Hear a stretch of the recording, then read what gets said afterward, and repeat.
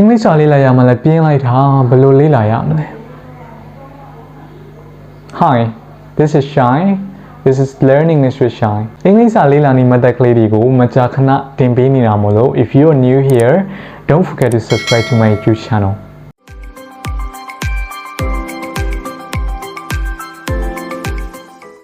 Hello အားလုံးပဲမင်္ဂလာပါဒီဗီဒီယိုလေးမှာတော့ကျွန်တော်အင်္ဂလိပ်စာကိုဘယ်လိုပို့ပါလေးကျွန်တော်လေ့လာနိုင်မလဲအဲ့ဒါလေးနဲ့ပတ်သက်ပြီးတော့ကျွန်တော်ပြောပြပေးတော့မှာဖြစ်တယ် Okay ကျွန်တော်ပထမဗီဒီယိုလေးမှာလည်းကျွန်တော်အင်္ဂလိပ်စာဘယ်လိုမျိုးစနစ်တကျလေ့လာနိုင်မလဲ Okay grammar study kills your English speaking ability ဆိုတဲ့ခေါင်းစဉ်လေးတစ်ခုနဲ့ပြီးတော့ your beliefs determine your English success ဆိုတဲ့ဗီဒီယိုလေးနှစ်ခုကို part 1 part 2နဲ့တင်ပေးပြီးသားဖြစ်ပါတယ်။ဒါလေးကိုလည်းတွားရောက်ကြည့်ရှုနိုင်ပါတယ်။ဒါကတော့ part 3ကျွန်တော်တို့အင်္ဂလိပ်စာကိုဘယ်လိုလေ့လာရမလဲ။ Okay အဓိကကကျွန်တော်တို့အင်္ဂလိပ်စာလေ့လာနည်းလေးတွေကိုတော်တော်များများကမသိကြတာဖြစ်တယ်။အဲကြောင့်အင်္ဂလိပ်စာကိုတိတိကျကျဘယ်လိုလေ့လာရမလဲမသိတဲ့အခါမှာကျွန်တော်တို့ကနည်းလမ်းမားတွေနဲ့လေ့လာမိတဲ့အခါမှာကိုယ့်အတွက် progress or improvement တိုးတက်မှုကနှီးကွေးနေတယ်။ဒါကဘာလဲဆိုတော့ကျွန်တော်တို့ကအင်္ဂလိပ်စာကိုမှားယွင်းတဲ့နည်းလမ်းတွေနဲ့လေ့လာနေတဲ့အခါမှာကိုက2နှစ်3နှစ်ဥပမာကိုက10တန်းအောင်ပြီးတဲ့အင်္ဂလိပ်စာလေ့လာခဲ့ပေမဲ့ဘွဲရတည်အထိအင်္ဂလိပ်စာကောင်းကောင်းပြောနိုင်ဘူးအတန်ထွက်လည်းမကောင်းဘူးဒါက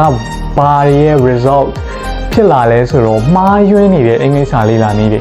အဲ့ဒါကြောင့်ကျွန်တော်တို့ကအင်္ဂလိပ်စာလေ့လာတဲ့အခါမှာမှန်ကန်တဲ့နီးလန်းနေနဲ့ကျွန်တော်လေ့လာဖို့လိုတယ်အထာမသာလေးကျွန်တော်တို့ကခရီးရောက်မယ်အချိန်ကုန်လူပင်မတက်တာမယ်โอเคเนาะအဲ့ဆိုတော့ကျွန်တော်ဒီဗီဒီယိုလေးမှာပြောချင်တာကတော့ပြောပြပေးချင်တဲ့ topic ကတော့ watch everything that you are interested in ကျွန်တော်တို့စိတ်ဝင်စားတဲ့အကြောင်းအရာတွေကိုကျွန်တော်တို့ကြည့်နိုင်တယ်အဲ့ဒီနည်းလေးနဲ့ကျွန်တော်တို့ကပို့ပါလေးအင်္ဂလိပ်စာလေ့လာမယ်โอเคကျွန်တော်ကဘယ်အရာတွေကိုကြည့်ခိုင်းတာလဲဘယ်မှကျွန်တော်တီးတန့်ကြီး mention မလုပ်ဘူးဒါပေမဲ့ကျွန်တော်ဥပမာလေးတွေတော့ပြသွားမယ်မိမိစိတ်ဝင်စားတဲ့အကြောင်းအရာလေးတွေကျွန်တော်အနေနဲ့ပြောရမယ်ဆိုရင်ကျွန်တော်က X Factor ကြည့်တယ် America's Got Talent ကြည့်တယ်ပြီးတော့ Britain's Got Talent ကြည့်တယ်ပြီးတော့ Master Chef ကြည့်တယ်အခြားသောဗီဒီယိုတွေကြည့်တယ်ကျွန်တော်စိတ်ဝင်စားတဲ့အခြား Discovery တွေကြည့်တယ်အဲ့လိုမျိုးအကြောင်းအရာတွေပေါ့နော်ဥပမာ BBC ဆိုလဲအခြားသောတတိဆန်ရဲ့အကြောင်းတွေကိုရှင်းပြပေးနေတဲ့ဗီဒီယိုလေးတွေကိုကျွန်တော်ကဒီတိုင်းလေးပဲနားထောင်ပြီးတော့ကြည့်တယ်အဲ့ဒါကဘာရလဲဆိုတော့ကျွန်တော်တို့ကအင်္ဂလိပ်စာနဲ့နေတိုင်းထိတွေ့နေတယ်အဲ့ဆိုတော့ကျွန်တော်တို့အတွက်အင်္ဂလိပ်စာလေ့လာရတာပျော်လာတယ်ဥပမာX Factor ဆိုလဲသူတချင်းစုံနေတယ် X Factor USA ပေါ့နော် X Factor အများကြီးရှိတယ်နိုင်ငံတိုင်းမှာရှိတယ်ဒါပေမဲ့အင်္ဂလိပ်လိုပြောတဲ့ X Factor တွေကိုပဲကြည့်ပါအဓိက judge တွေသုံးသွားတယ်ဥပမာ contestants တွေပြိုင်တဲ့အခါမှာလဲသူတို့ကိုမှတ်ချက်ပေးတယ်ပေါ့နော်yes for me no for me 4 yeses you are a good singer စသဖြင့်phrase လေးတွေအများကြီးသုံးသွားတယ်။အဲ့ဒီ phrase လေးတွေကကျွန်တော်တို့ရဲ့ brain or subconscious mind ကျွန်တော်မြင်နေပြောတဲ့အရာလေးပေါ့နော်။အဲ့ဒါလေးကကျွန်တော်တို့ရဲ့ brain က auto မှတ်တယ်။အဲ့ဒီလိုအကြောင်းအရာလေးတွေအတိုင်းပဲ America's Got Talent Britain's Got Talent ဆိုလဲအဲ့ဒီမှာ performance တွေရှိတယ်သူတို့ရဲ့ talent တွေကိုချပြတယ်။အဲ့မှာကျွန်တော်တို့ကအင်္ဂလိပ်စာလေ့လာတာမပြီးရင်သူတို့က judge တွေကလည်းမှတ်ချက်ပေးတယ်ဥပမာ X Factor ဆိုတဲ့တချင်းတွေဆိုရဆိုတော့အဲ့ဒီ English songs တွေ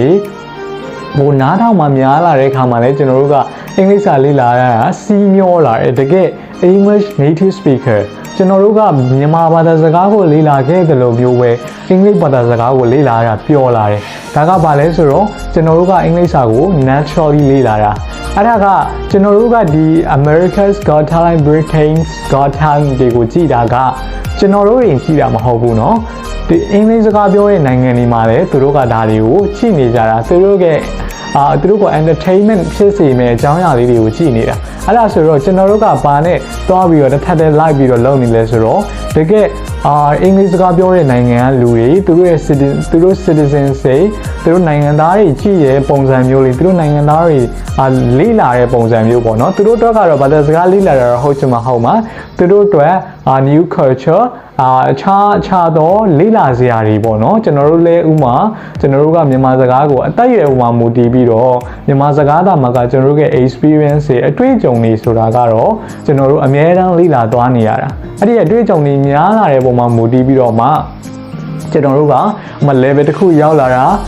ဖြစ်မယ်ပြီးတော့ကျွန်တော်တို့အရေးချင်းပို့ပြီးတော့ရှိလာတာမျိုးတွေရှိမယ်ဒါကကျွန်တော်တို့အများအားလေးလာသွားရတဲ့အပိုင်းမျိုးတွေ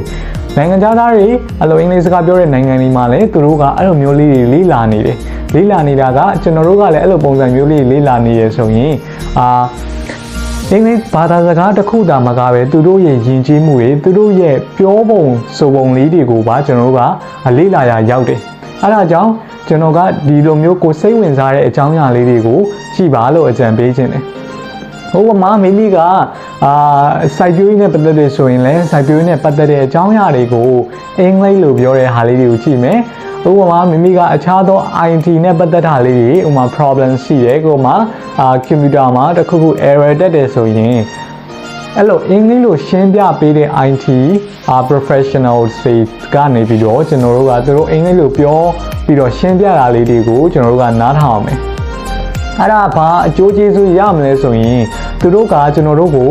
အင်္ဂလိပ်လိုရှင်းပြတာဖြစ်တဲ့အတွက်ကျွန်တော်တို့ကလည်းဒီအကြောင်းအရာလေးဒီ problem တက်နေတဲ့အကြောင်းအရာလေးကိုကျွန်တော်တို့ကသိကျင်တယ်သိကျင်တဲ့အခါမှာကျွန်တော်တို့ရဲ့သိကျင်တဲ့ state desire ကျွန်တော်တို့ကလိုသိကျင်တဲ့အကြောင်းအရာကလည်းဒီအကြောင်းအရာဖြစ်နေတယ်အဲ့လိုဖြစ်နေတဲ့အခါမှာဟိုကအင်္ဂလိပ်လိုရှင်းပြလိုက်တဲ့အခါမှာပိုးပြီးတော့မှတ်မိလွယ်တယ်ဥပမာကျွန်တော်တို့ကစိတ်ဝင်စားတဲ့အကြောင်းအရာတွေကိုနားထောင်ရမယ်ဥပမာအကြံပေးလိုက်တယ်ပေါ့နော်ဆရာတက်ကlistening လို့ပြီးတော့တစ်လုံးပဲပြောလိုက်တယ် listening လို့ပြောရုံနဲ့မလုံလောက်ဘူးကျွန်တော်တို့ကစိတ်ဝင်စားတဲ့အကြောင်းအရာတွေကိုလည်းရွေးချယ်နားထောင်ဖို့ရွေးချယ်လေ့လာဖို့လိုတယ်ကျွန်တော်တို့စိတ်ဝင်စားတဲ့အကြောင်းအရာတွေဥပမာသမိုင်းနဲ့ပတ်သက်တဲ့အကြောင်းအရာတွေတခြားနိုင်ငံကလူတွေရဲ့သမိုင်းပေါ့နော်ကိုယ်နိုင်ငံသမိုင်းပေါ့ခနဲ့တခြားနိုင်ငံလူတွေရဲ့သမိုင်းကိုရှင်းပြပေးနေတယ်ဒီသမိုင်းရှင်းပြပေးတဲ့ဆရာနိုင်ငံသားတယောက်သူကအင်္ဂလိပ်လိုခြားနိုင်ငံသူတို့နိုင်ငံရဲ့သမိုင်းကြောင်းတွေရှင်းပြပေးနေအဲ့ဒါဆိုရင်လည်းကျွန်တော်တို့ကနားထောင်နေတယ်စိတ်မပါဘူးပြင်းလာတယ်အဲ့ဒါဆိုမလေ့လာပါနဲ့အဲ့လိုပုံစံမျိုးကလည်းထီရောက်မှာမဟုတ်ဘူးကိုစိတ်ဝင်စားတဲ့အကြောင်းအရာလေးတွေကိုက marketing နဲ့ပတ်သက်ပြီးသိချင်တယ်business ပိုင်းနဲ့သိချင်တယ်အဲ့လိုသိချင်တဲ့အကြောင်းအရာလေးတွေကိုပဲ YouTube မှာကျွန်တော်တို့က Facebook သုံးလို့မျိုးပဲ scrolling down လုပ်သွားပြီးတော့ okay ကျွန်တော်တစ်ချက်ပြန်ပြောချင်ပါတယ်အဲ့ဒီလိုမျိုးကျွန်တော်တို့လေ့လာဖို့ဆိုရင်အဓိက YouTube account တစ်ခုလုံးပါပဲပြီးတော့အဲ့လိုမျိုးအင်္ဂလိပ်လိုရှင်းပြပေးတဲ့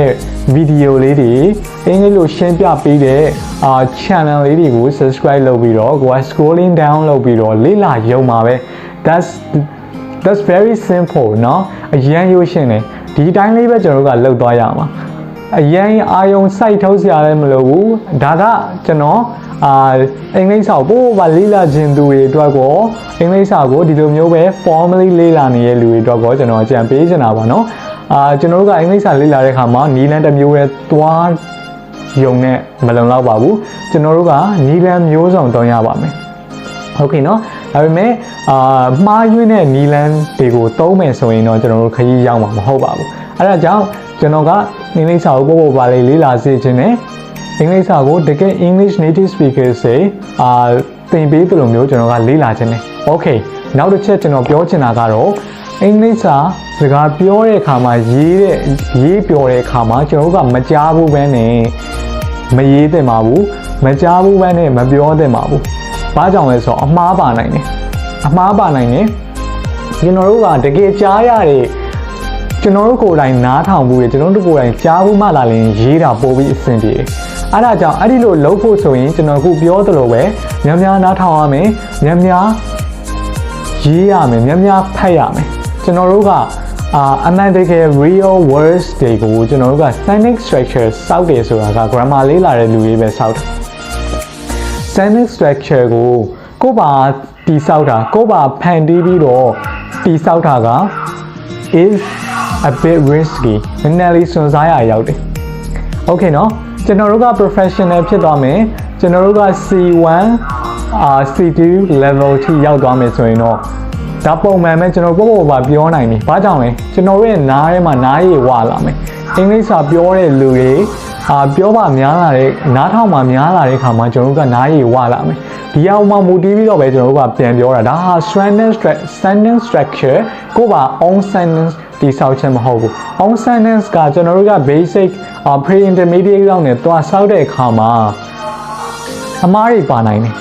အဓိကကကျွန်တော်တို့ရဲ့ listening skill နည်းနေရဖြစ်တဲ့အတွက်အမားတွေပါနိုင်တယ်အဲ့ဒါဖြစ်တဲ့အကြောင်းကျွန်တော်တို့က first step အနေနဲ့ဘာသွားရမလဲ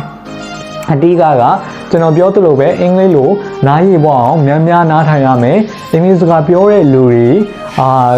ရဲ့ conversations တွေအခြားသောအကြောင်းအရာတွေကျွန်တော်ကအဓိကကအင်္ဂလိပ်လိုပြောတဲ့အကြောင်းအရာတွေကိုများများနားထောင်ပေးရမယ် that's the very important point ဒါအရင်ရေးကြည့်တဲ့အချက်ပဲเนาะအားကြောင့်ကျွန်တော်ဒီဗီဒီယိုလေးမှာပြောချင်တာကတော့ watch everything that you are interested in ကျွန်တော်ခုနပြောပြပေးတဲ့ X-Factor တို့America's Got Talent တို့ Britain's Got Talent တို့ဆိုတာကကျွန်တော်ဥပမာလေးပဲပြတာပါမိမိခြားသောစိတ်ဝင်စားတဲ့အကြောင်းအရာတွေကိုလည်းလို့ပြောရဲဆိုရင်အဲ့ဒါလေးကိုနားထောင်ပေးပါအဲ့လိုနားထောင်ပေးတဲ့အခါမှာကျွန်တော်တို့ကဒီ English ဘာသာစကားနဲ့ပို့ပြီးရင်းနှီးလာမယ်ပို့ပြီးတော့ English native speaker လို့ဖြစ်လာမှာဖြစ်တဲ့အတွက်ကျွန်တော်တို့ပို့ပြီးတော့မှတ်မိလွယ်မယ် English စာပို့ပြီးတော့မြန်လေးခရီးရောက်မယ်မိမိမသိလိုက်တဲ့အချိန်ကာလအတိုင်းအတာတစ်ခုရောက်လာတဲ့အခါမှာကိုယ်ဟာ English စာ improvement ဖြစ်နေတာကိုတတိမထားပြီးမှနဲ့သိလာပါလိမ့်မယ်โอเคเนาะဒါကတော့ကျွန်တော်အင်္ဂလိပ်စာလေ့လာတဲ့အခါမှာ naturally လေ့လာမယ်ပို့ပါလေးပျော်ပျော်ရွှင်ရွှင်လေးလေ့လာနိုင်တဲ့နည်းလမ်းလေးကိုပြောပြပေးတာပါကျွန်တော်ပြန်ပြီးတော့ summarize လုပ်ပြရစေကိုမှ YouTube account တစ်ခုရှိဖို့လိုပါတယ်ပြီးတော့မိမိစိတ်ဝင်စားတဲ့ channel တွေကို subscribe လုပ်ပါပြီးရင်ကျွန်တော်တို့က Facebook သုံးလို့ပဲ scrolling down လုပ်ပါ scrolling down လုပ်ပြီးတော့အဲ့ဒီ video လေးတွေကိုနေ့စဉ်ပုံမှန်လေးကြည့်သွားပေးပါအဲ့ဒါဆိုရင်ကျွန်တော်တို့ရဲ့နားမှာလည်းအမြဲတမ်းကြားနေမယ်တခြားသတိထားရမှာက subtitle YouTube မှာ subtitle CC ဆိုတာလေးရှိပါတယ်အဲ့ဒါလေးကိုမဖွင့်ပါနဲ့အဓိကအဲ့ဒါကိုသွားဖွင့်ကျွန်တော်တို့က reading ပဲဒါလေးစနစ်မဟုတ်ဘူး reading ဖြစ်နေတာဖြစ်တဲ့အတွက်မဖွင့်ပါနဲ့စူးစမ်းပြီးနားထောင်ပါတကယ်လို့တချို့စကားလုံးလေးတွေအရင်ကိုယ်ကသိချင်နေတယ်analyze လုပ်လို့မရဘူးမှန်းလို့လည်းမရဘူးဆိုရင်တော့နောက်တစ်ခေါက်ပြန်ကြည့်ပါအဲ့ဒီခါကြာမှသာလျှင် subtitle ကိုဖွင့်ပါလို့ကျွန်တော်အကြံပေးချင်ပါတယ် okay ဒီဗီဒီယိုလေးကတော့ဒီလောက်ပါပဲ if you are new here don't forget to subscribe to my YouTube channel to watch more English lessons alright thank you for watching this video